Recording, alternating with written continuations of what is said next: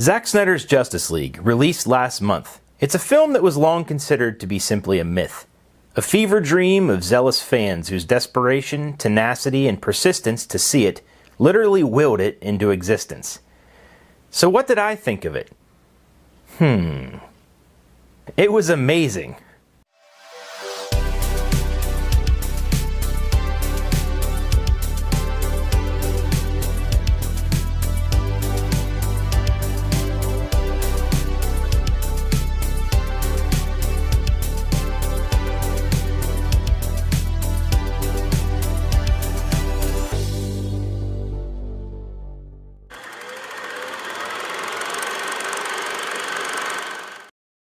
I want to give my fully honest thoughts and opinions here, a review if you will, but I have to use caution because I have a tendency to get so caught up in wanting to love a movie so much that upon subsequent viewings I'm completely blinded to the fact that what I just watched might be a piece of crap. Take for instance the original version of Justice League. On its release in 2017, I was so excited to see a team-up of some of my favorite heroes on the big screen that I somehow subconsciously convinced myself that it was great.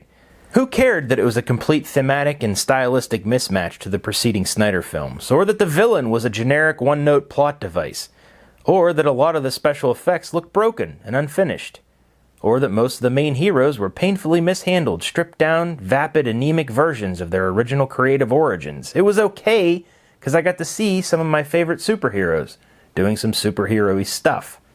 Or so I thought. You see, despite the fact that I walked out of the theater grinning like an idiot not once, or twice, but 3 times, and despite the fact that I wanted so much to love the movie and see it be a successful box office hit that would generate more sequels, my opinion steadily and drastically soured. This is something that I try to prevent repeating, and is partially why I resisted the temptation to put out a review right after the Snyder Cut came out. I wanted some time to reflect and consider what I really thought about it. Now, just like anyone else, my opinions on movies have a tendency to change over time.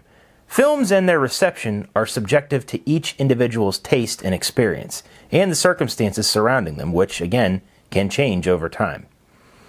Having said that, I feel it is horribly irresponsible for a reviewer or a critic to judge something through the lens of what they think it should have been. Instead, I feel obligated to review and break down the given subject based on its own merits. Bearing all that in mind, let me share with you my thoughts and feelings about Zack Snyder's Justice League. Oh baby, where to begin? First off, I just want to acknowledge how amazing it is that this film even exists. It really is an anomaly. If you don't know the details about how it came to be, I'll try to summarize it for you. Zack Snyder was originally making Justice League back in 2017, and he had basically finished all principal photography. While in post-production, he had to leave the project due to the tragic death of his daughter. He stopped working because he needed to be with his family. That's a just and honorable decision. Now, the narrative that was sold to everyone was that Warner Brothers was then forced to bring in Joss Whedon to finish the movie. But what I actually think happened was that the heads of Warner Brothers had already wanted to get rid of Zack before that tragic incident, and that now they had a perfect opportunity to remove him, and to bring in someone that could make the Justice League movie into something that they thought would be more commercially successful. Firstly, they issued an edict that the movie only be 2 hours long. This despite the fact that Zack had over 4 hours of footage already shot. A 2-hour length movie is a good duration that is neatly packaged to utilize highly efficient box office exposure. Secondly, after Man of Steel, and more specifically Batman vs. Superman, they wanted something more appealing to wider audiences, i.e. a Marvel clone. So they hired Joss Whedon to come in, rework everything, and salvage what he could to make the different movie that Warner Brothers wanted. To his credit, I think he really tried to do that. However, what we got was like the Dr. Thunder version of Justice League instead of the real thing. Now sure, maybe some people prefer the generic stuff, but it's not the genuine thing. By the way, just a random observation here. If you're a generic beverage pretending to be something real, do you really have the right to call yourself a doctor? I mean, presumably Dr. Pepper spent the extra time, money, and effort to put themselves through medical school. Then along comes this imposter claiming to be a doctor too? You know, just because Dr. Thunder sits around reading online articles or listening to professionals doesn't make them qualified to give medical advice. I mean, at least Mr. Pibb had the decency not to extend his fraud to that level of disrespect. Am I the only one that thinks about this kind of stuff? Anyway, the point is that the movie ended up being an imposter of the genuine thing. The weird thing is that I, like many others, was okay with it, initially. However, as I've come to find out, the combination of time and reflection is the recipe for clarity. And since the initial several times I saw the movie, my opinion has declined. This wasn't the continuation of the established story, world, and characters that we got in the prior films, but something else entirely. Some sort of Frankenstein's monster that was forced to look and feel more friendly to the general movie watcher. Then, little bits of info started getting out about exactly how much of the genuine version had been stripped away, made even more evident by comparing a lot of the earlier trailer footage to what we saw in theaters. Couple that with seemingly endless news of behind-the-scenes drama, and it became quite clear. Warner Brothers had betrayed us, and the Snyder Cut, which should not have been forgotten, was lost. The cut became legend, legend became myth, and for 2.5 years it passed out of most knowledge. Darkness crept back into the forest of the world, but rumor grew of a light in the west, whispers of a fabled film, and the cut of Snyder perceived its time had come. It was picked up then by the most unlikely creature, a fledgling streaming service that promised not only to release the rough, unfinished cut of the film, but to invest the financial resources necessary to make Snyder's vision a reality. One film to rule them all. After a tireless campaign from a committed fan base and the dedication of a passionate filmmaker, it was announced in May of 2020 that Zack was finally going to get to finish his film. The next 10 excruciatingly slow months later saw multiple teases and trailers to excite the fans even further. Then, on March 18th, it finally released. Now, to be honest, I made a valiant effort to temper my expectations, something I try to do with most movies. Keep your expectations low so you aren't disappointed as often. But with this, I couldn't help myself. My expectations were like sky high. Even so, I was completely and utterly blown away. To say that this cut was simply an improvement on the other version is a grave disservice. This was an entirely different film with entirely different characters. Even though one could say that the core plot elements remain the same, watching a film isn't just about getting from point A to B to C and so on. It's about the journey between the points and the experience of that journey. Zack made a film that is purely an experience. He continued building and fleshing out the vibrant, visceral, lived-in world that he began back in 2013. And he filled it with living, breathing, flawed but fully realized characters who are driven by their own individual and, at times, collective motivations. Take, for example, the Amazons, where the Whedon cut merely breezed through the events of Steppenwolf taking the Mother Box. Now we get to see and fully appreciate the extent to which these fierce warriors are willing to go. Not only does a legion of them tirelessly guard the box around the clock, but the Amazons are fully ready to give their lives by sealing themselves inside a giant tomb to prevent the box from falling into the wrong hands. Bathe in your fear. Daughters of Themyscira! Show him your fear! We have no fear! That context was sadly removed in the Whedon cut. And that might actually be one of the more mild examples, considering everything else that we see in the film.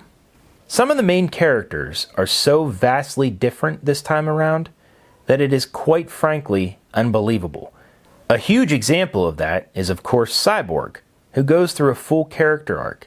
You get to see the physical and emotional pain he's experiencing, and you empathize with him. He's got a strained relationship with his father, and he feels alone and unsure of himself. But he goes through a journey throughout the film, growing along the way and coming out the other side stronger and more confident of his place in the world.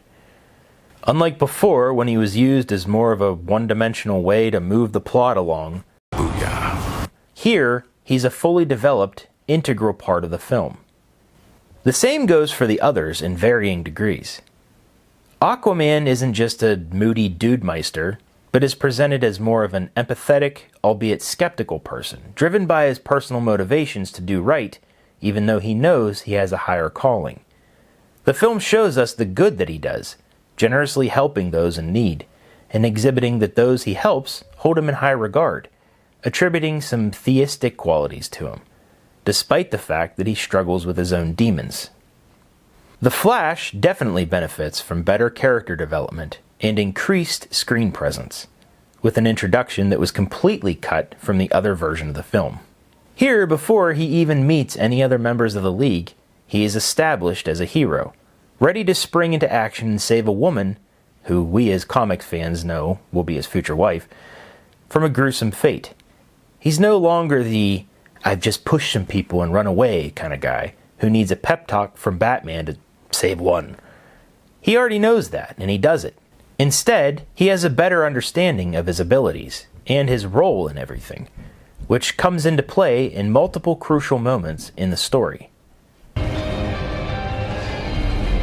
Okay, just gotta go faster than the speed of light, far beyond the speed of light. Gotta break the rule, Barry, and you gotta do it now. Wonder Woman's time and presence in the film is felt more significantly as well, as she continues her arc that was first set up in her previous two appearances.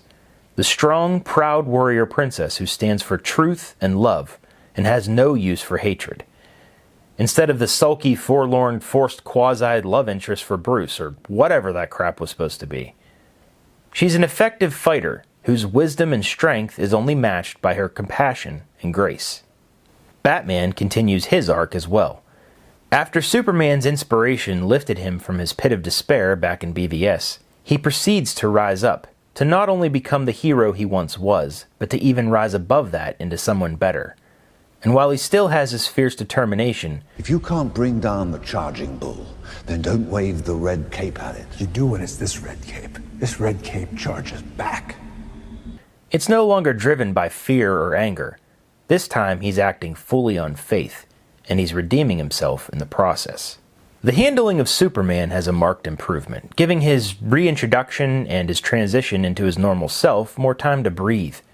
And even though he has a smaller amount of time in the film when compared to some of the other heroes, it is utilized to greater effect. It's much easier to see and buy into the anger and confusion he feels when he is first brought back, and the primal emotional reaction to once again seeing his lost love.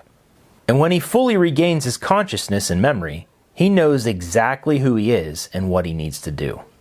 Even Lois feels like an actual person who is going through the various stages of grief and loss, unable to rejoin the rest of the world for a time. But when she does, it's more on her terms. She's able to move on and find peace before Clark returns, not because he returns, which is very important and moving. One of the best examples of a character benefiting from the expanded screen time is Steppenwolf. What a difference we see here. This time, he's not just some dude who's trying to take over the world for generic bad guy reasons. He actually has real motivations for his actions. He's trying to redeem himself for past sins and regain the favor of his master. He no longer weirdly speaks to the boxes as mother, but you get to see him communicate with real, tangible beings. Two characters who were nowhere to be seen in the Whedon cut: the evil tyrant Darkseid and his right-hand man, Desaad. It gives a whole new dimension to not only Steppenwolf, but to everything in the film. The very real threat posed by these characters and the mother boxes to all of human existence. We also get to see several other characters in the film who had their screen time and presence almost completely gutted or didn't even exist in the other cut, all of which help to build and fill out the world in various ways. One particular character whose restored presence greatly benefited the film was Cyborg's father, Silas Stone. He played a very important role, not just in the plot itself, but in how he helped Cyborg move forward and grow. And his narration overlaying the end of the film and showing the next steps for all these characters was just perfection. I could go on all day about the improvements to all the characters and their development, But I want to speak about the other facets of the film as well. Obviously, both the writing and direction are fantastic, as is evident by my being unable to shut up about how much better the characters were. But it really is a testament to Zack's skill as a director that he could make a 4-hour film feel overly satisfying yet leave you wanting more. Each scene and moment was crafted with careful consideration. He knew exactly what he was doing, and what he wanted to say, and how he wanted to say it. Now how about the visuals? This type of film doesn't really work unless the special effects are on point. Luckily, Weta always knows this, and knocked it completely out of the park. Everything just looks great. Take for instance Steppenwolf's armor, where before he looked like some weirdo in medieval armor from an old video game. Here he looks crisp, tangible, and most importantly, deadly. You really buy into the fact that he's this superpowered being hell-bent on getting his prize, and willing to crush anyone who gets in his way. Even in a more broad sense, the effects are wonderful. Large battles are packed with details, environments feel real and alive, and all the character models and animations are beautiful and robust. But even without the more obvious effects, the visuals and cinematography are just a gorgeous feast for the eyes. There are so many moments that you could just pause the film, print out the image, and frame it as a piece of art. It's beautiful. Both the sound design and the musical score are just phenomenal. You don't just hear the impacts in the action, you feel them as well. Everything just sounds perfect. And the music was masterfully crafted by Junkie XL, who is nothing short of a brilliant composer. There are several tracks that, just thinking about them, give me chills. Especially one involving the Flash, that elevates the scene to one of my top 5 favorite moments from any superhero film ever. In fact, I actually find myself listening to the soundtrack on a near-daily basis because I love it so much. From the opening scene to when the credits start to roll, this film was an experience unlike any other. A spectacle that brought with it equal, heaping amounts of both style and substance. While there are maybe a couple of complaints I have with the film, they're completely minuscule and not even worth mentioning. The best things that I can say about this film is that it's cohesive. It's a product and continuation of a singular vision, and that it has purpose. Not just to make money as a generic candy-coated cash grab, but as a compelling story full of rich characters, a truly beautiful and remarkable piece of cinema. I honestly can't recommend it highly enough. There's a reason that Zack Snyder has a fiercely loyal fan base who's been clamoring for this film and his vision to be realized. And though it may not be for everybody, I for one am fully on board to restore the Snyderverse. If I had to rate this film, it's undeniably a 10 out of 10. Well, that's it for this one. This was my first ever official movie review, but it's something I'd like to do more of in the future. If that's something you guys want, let me know in the comments below. I hope you enjoyed this video, and I just want you to know, I really appreciate you taking the time to listen to a schlub like me share my thoughts about this beautiful film. You don't have to agree with me, but if you don't, just remember, it's okay to be wrong. Thanks for watching, and I'll see you next time.